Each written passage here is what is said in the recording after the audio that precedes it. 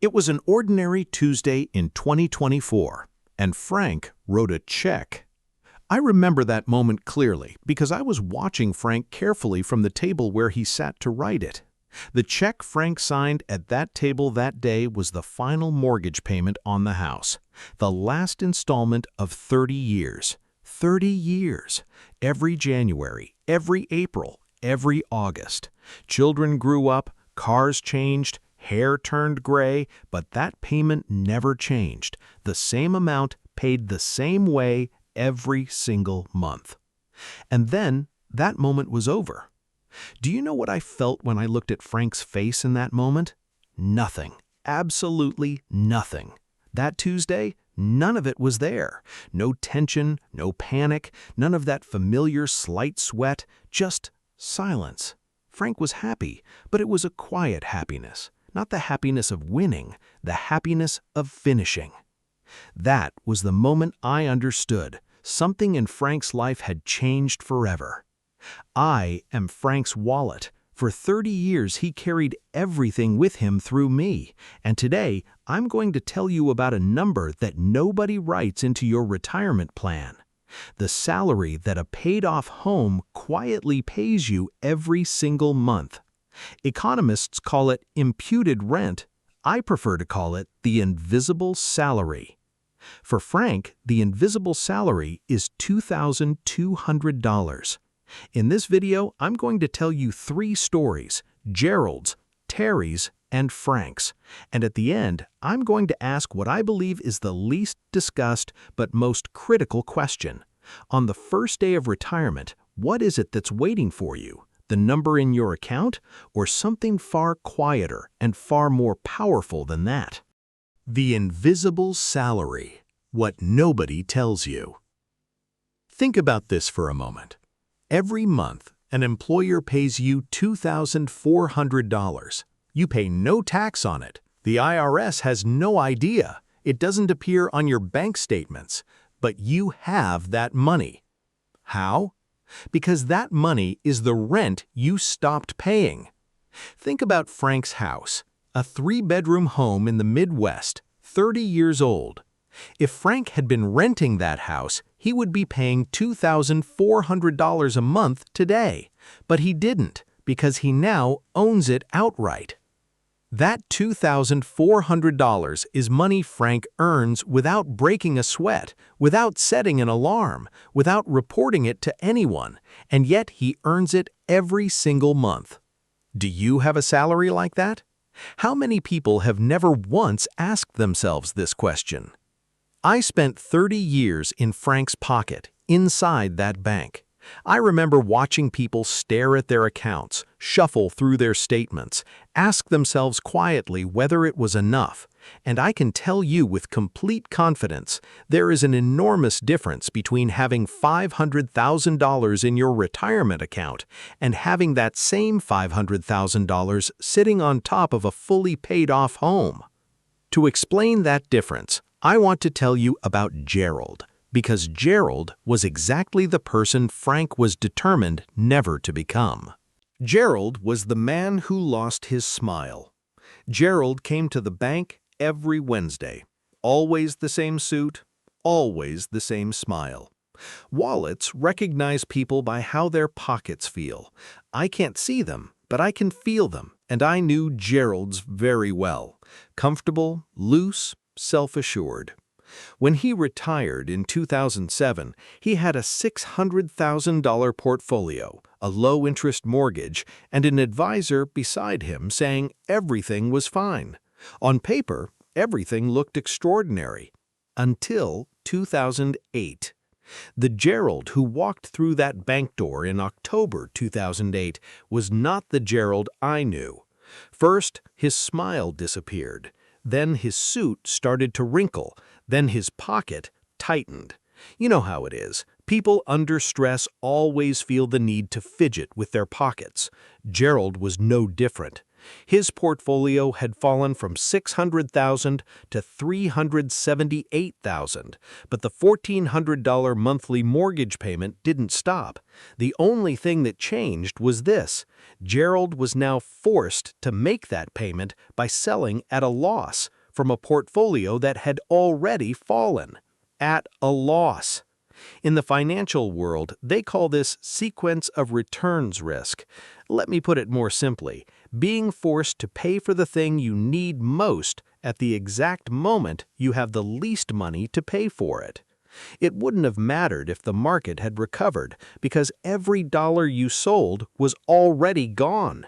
Every dollar Gerald sold in 2008 would have been worth $2 by 2012, but that money no longer existed. Gerald kept coming every Wednesday, but the smile was gone from his face. And this is exactly where our story turns to the other man, because he was watching Gerald too, every single Wednesday. Frank's decision. Let's finish it.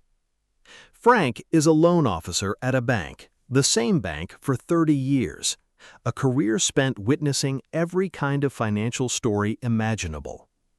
At 47, on a Sunday morning, he sat down with his wife. "Do we have enough?" he asked. I remember the moment he asked that question, because I was on the table too. His wife said something short: "Let's finish it." She was talking about the house, the mortgage, paying it off 11 years early. Frank's advisor pushed back. Keeping the mortgage at 4.5% interest and putting the difference into the market was mathematically the smarter move.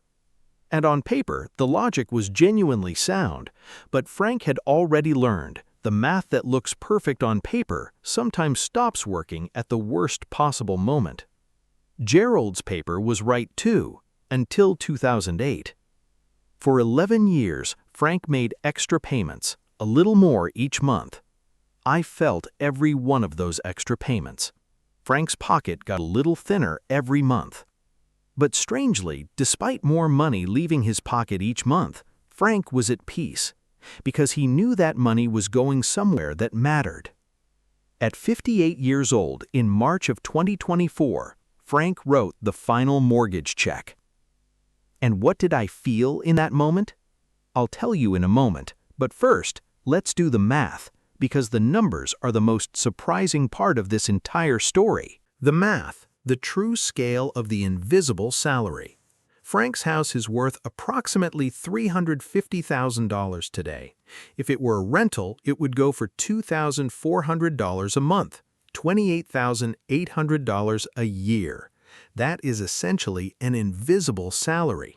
But I'm going to be honest with you. A fully paid-off home does not mean free. Property tax, $5,200 a year. Insurance, $1,800. Maintenance, $6,000. Total costs, $13,000. Net invisible salary, $15,800. That gap might look modest to you, but just how significant it truly is will become much clearer when you hear Terry's story. For now, pause for a moment and sit with this. $15,800 per year without working, without reporting it to any institution. This is the money Frank earns without going to work at 8 in the morning, without sitting in traffic or filing a report to his boss. And now the real question: how much safer did that $15,800 make Frank compared to Terry?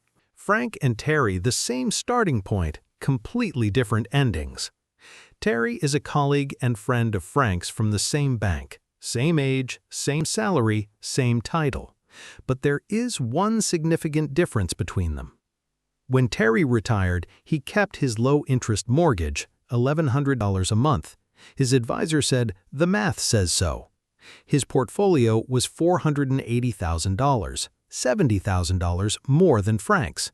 On paper, Terry was winning. Does that phrase sound familiar? Gerald was winning on paper too, but we just saw that winning on paper isn't everything. In the first year of Terry's retirement, the market suddenly dropped by a staggering 23%.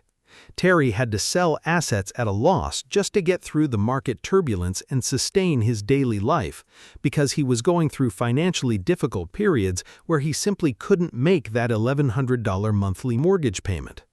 $480,000 minus 23% is $369,600, minus $40,000 is $329,600. In the second year, the market recovers 8%, but Terry still needs to withdraw $40,000. 2 years in, what Terry has left is $316,000.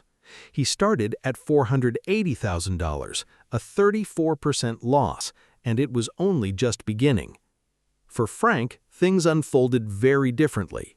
As you'll remember, Frank started a full $70,000 behind Terry's starting point. According to the math on paper, Terry should have had a far more comfortable retirement. But things went differently, and Frank found himself in a considerably stronger position. Frank's portfolio was $410,000, $70,000 less than Terry's, but no mortgage payment. He only needs $27,000 a year. Same market drop, same math. 2 years in, what Frank has left is $285,000. Now stop and think about this for a moment. Frank, who started $70,000 behind, is only $31,000 behind Terry after 2 years. But the real difference I'm trying to show you isn't the gap in numbers. The real difference is this. Frank has the power to wait. He can wait for the market to recover. He can delay discretionary spending. He doesn't have to sell anything. But Terry cannot wait. He has to make that $1,100 payment every single month, whether the market is up or down. Financial advisors call this the resilience premium. I call it the sleep tax. When Terry lays his head on the pillow at night, his mind is full of noise. Frank sleeps soundly, because the worst Frank faces is a delay. He never has to take a permanent loss. Now ask yourself this: which sleep do you want? That night, the end of 30 years. I want to tell you about an evening in March of 2004. Frank wrote the last check. He came home from work. He ate dinner. He talked with his wife. Then the two of them stepped out onto the porch together. And I was right there on the table, watching them. I'm Frank's wallet, 30 years in his pocket. I felt every bit of tension he ever carried. Every single, will this be enough? The kid's school costs, his mother's hospital bill, the engine on the car. I was with him through every anxious moment, and after all this time, I know exactly how the unease inside him shows up on the outside. But that night, his hands were steady. He wasn't sweating. His pockets never got warm. He just sat there, quiet, still, at peace. Now, I'm a wallet. I can't read a person's mind. But I've known Frank a long time, and I know how he reacts to things. And after 30 years together, I can tell you this with certainty. That night, there wasn't a trace of tension on his face. He looked calm. He looked settled. And seeing him like that made me happy too. That silence, that lightness, that is what a paid-off house is actually worth. It doesn't fit in a spreadsheet. No interest calculation on earth can capture what that moment felt like.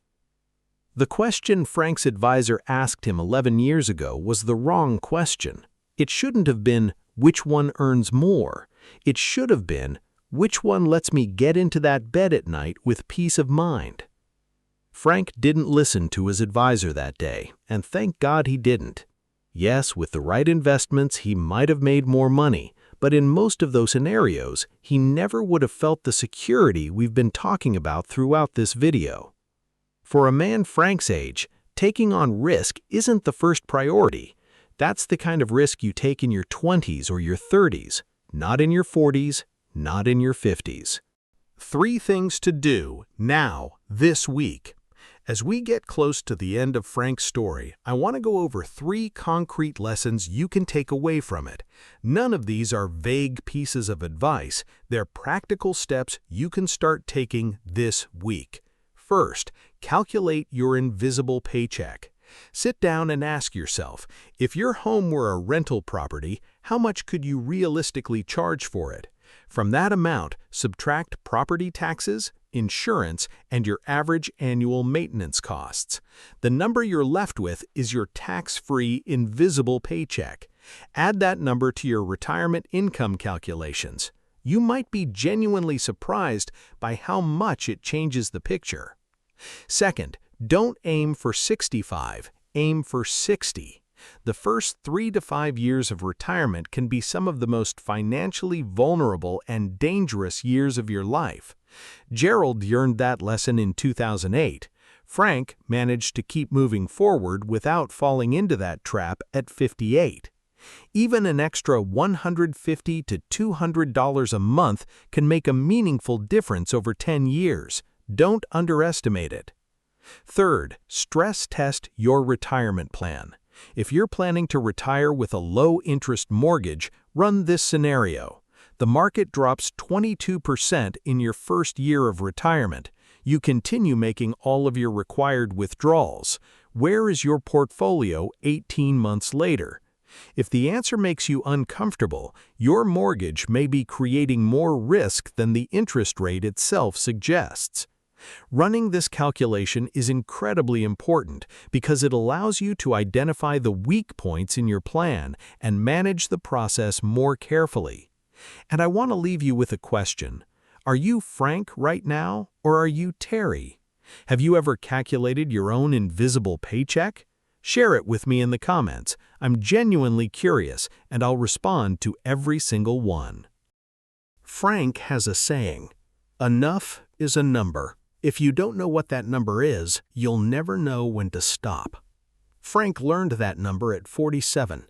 11 years later, sitting on that porch, I could feel exactly what he had finally found in his pocket. Enough. If you're in your 40s or 50s today and wondering how you'll ever reach that moment, do what Frank did. Build the foundation first, then watch it grow. Because if I've learned anything as a wallet, it's this. The best investment is the one that makes your pockets lighter. Take care of your money. Take care of your life. I'll see you in the next video.